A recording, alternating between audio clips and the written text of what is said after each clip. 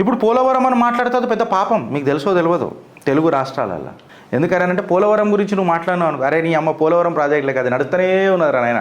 2004లో ఇతనం పడితే 2008లో ఇక కన్స్ట్రక్షన్ చేద్దామని చెప్పి కాలర్లు ఎగిరేసి శంకుస్థాపనలు చేస్తే 2014లో గేరేస్తే 2018లో కంప్లీట్ అయిపోతుందని అనుకుంటే 2023 వచ్చినాక 2025 వచ్చినాక పోలవరం అన్నాం అనుకో, నేను చచ్చినాక అయితే ఆదరా పోలవరం అని ప్రజలు అడుగుతారు. అందుకనే ఇప్పుడు పోలవరం మాట్లాడకుండా ఇప్పుడు టార్గెట్ లిస్ట్ ఏంది తెలుసా? బనకచెర్ల. ఎందుకు చెప్పాలా ఫ్రెండ్స్, పోలవరంలో ఎంతైతే దున్నేయాలో అంత దున్నిపడుతూపిరు 56,000 కోట్లు. ఇప్పుడు మళ్ళీ పోలవరం ప్రాజెక్ట్ కింద నిధులు అని అన్నారు అనుకో, నీ బొందలు అని చెప్పి ప్రజలే లెక్క తీస్తారు కథ.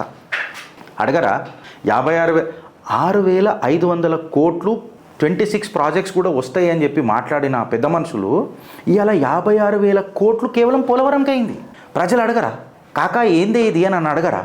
అందుకని ఇప్పుడు కొత్త సిద్ధాంతం ఏం తీసుకొచ్చిరు తెలుసా? బనకచెర్ల. నీకు బంక ఊసి నీ జీవితాన్ని బంక చేయనీకే ఈ బద్మాష్లాడుతున్నా బాద్షా మాటలు మాట్లాడుతున్నా ఒక బద్మాష్ ప్రాజెక్ట్ ఏంది అని అంటే అలా భవిష్యత్ కార్యాచరణ కోసం బనకచెర్ల. టార్గెట్ బనకచెర్ల.